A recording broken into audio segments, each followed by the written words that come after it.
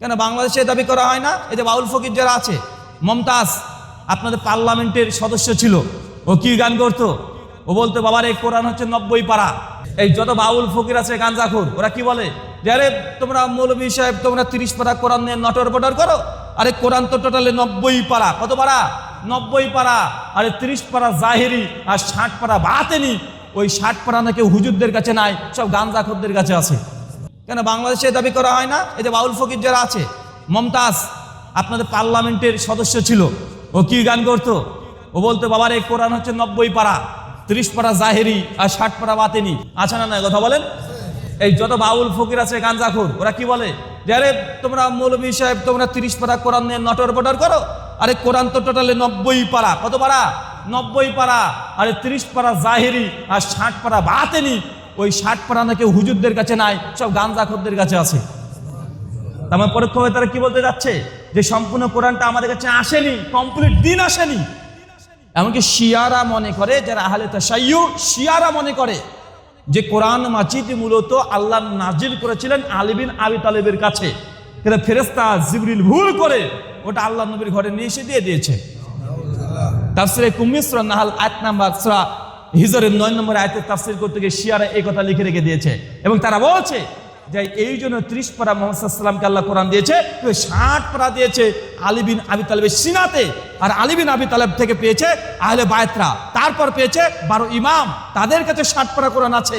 তাই আমরা যারা সুন্নি মানে আহলে সুন্নাহ ওয়াল জামাআহ, আমাদের কাছে কমপ্লিট দিন পৌঁছায় নাই। এটা কাদের দাবি?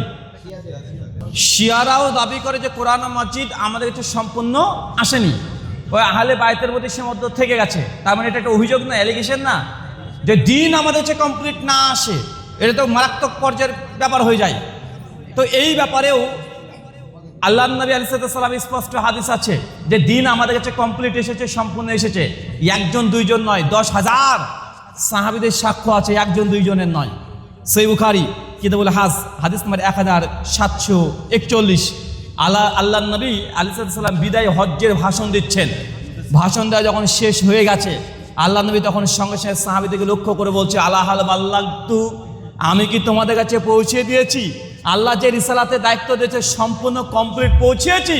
সাহাবীরা সেদিন কি বলেছিল? না আর আল্লাহ রাসূল, হুজুররা পরে পৌঁছাবে। সাহাবীদের কথা বলেনি।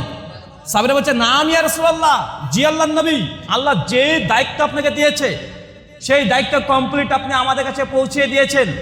আল্লাহ নবীর সঙ্গে সঙ্গে এই শাহাদাত আঙ্গুলকে আসমানের দিকে তুলেছেন, আর তিনি বলছেন আল্লাহুম্মা শাহাদ, আল্লাহ তুমি সাক্ষী থাকো। কথা তিনি 3 বার বলেছেন। কয়বার? 3 বার বলেছেন। Point to be noted. আচ্ছা, আল্লাহ নবী আসমানের দিকে হাত তুললেন, কি ব্যাপার? তার মানে আল্লাহ সুবহানাহু ওয়া তাআলা আসমানের উপরে আছে, আর রহমান আলাল আরশি ইস্তাওয়া। কিন্তু কিছু বেদাতি আছে যারা বলে আল্লাহ সর্বত্র বিরাজমান, বলে কি বলে না? তা আল্লাহ যদি সর্বত্র বিরাজমান হতো তো দোয়া করার সময় আসমানের দিকে হাত কেন তুলেন? এই বলছে আল্লাহ দাও, আল্লাহ দাও, আল্লাহ দাও, সব দিকে চান আল্লাহ দাও, আল্লাহ দাও করে, সব জায়গায় তো আছে।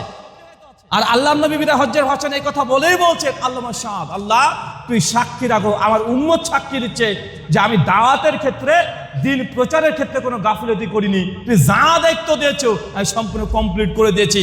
এই হাদিস থেকে প্রমাণ হয় যারা বলছে কোরআন 90 পারা তারা মূর্খ জাহেল ছাড়া আর অন্য কিছু না। আছে না নাই সমাজে?